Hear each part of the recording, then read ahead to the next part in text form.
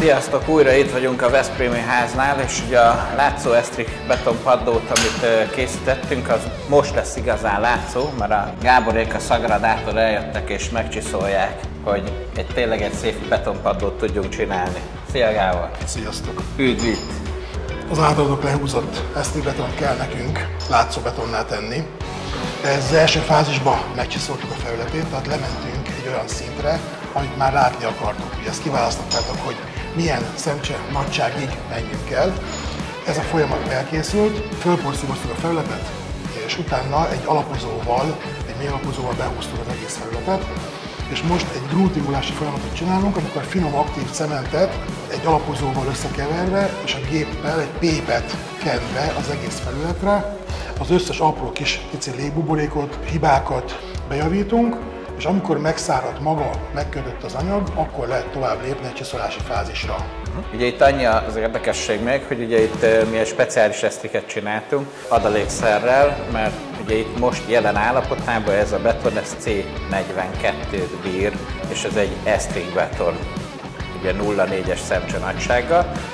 Akár ez az esztrik már műgyantázható, tehát az egyik legdurvább dolog, amit egy ilyen betonra el lehet követni, az a műgyanta, pont a mélyalapozó miatt, és ennek olyan szakító szilárdsága van, hogy nem tépül le magáról a műgyanta.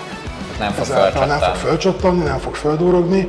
Ennek megfelelően már maga a dekorbetonok is, tehát a mikrocementes anyagok is már megállnak rajta, és nem kell attól félni, hogy a nagy kötésű anyagok föltépik a betont. Mondhatjuk azt, hogy akkor most meg tudunk tényleg normális látszó betonpaddókat csinálni?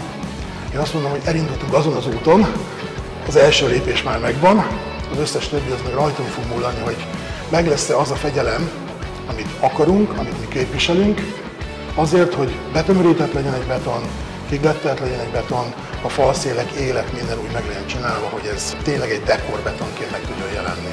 Mi ezen vagyunk, ahogy a példa is mutatja. Így van.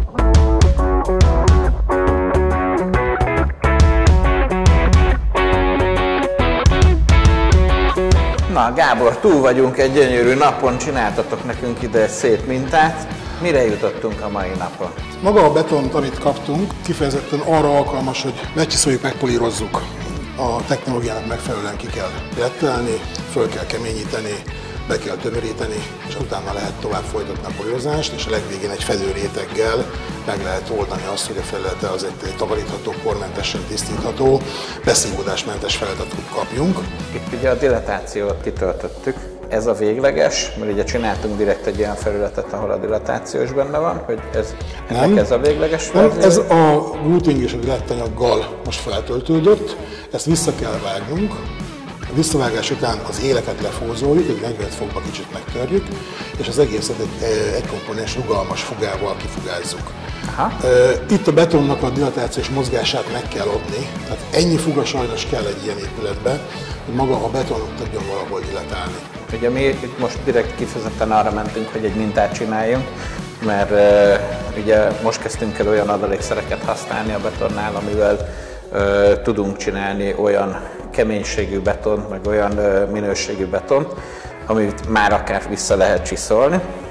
Azt látom, hogy az esztrik betonból is lehet olyan minőségű dekorbetont csinálni, ami már képes egy családi háznak az éke lenni, képes egy jó minőségű, használható, takarítható padlózata lenni. Tehát elindultunk azon a vonalon, hogy a beton már nem csak egy beton, hanem egy esztétikus burkolat tud lenni, egy teljesen használható, élhető, akár egy padlófűtésnél gazdaságos burkolat is tud már lenni. Fejlődünk, egyre jobbak leszünk, és biztos vagyok benne, hogy fogunk még együtt dolgozni. Én is így gondolom. Köszönjük szépen! Köszönöm szépen! Sziasztok!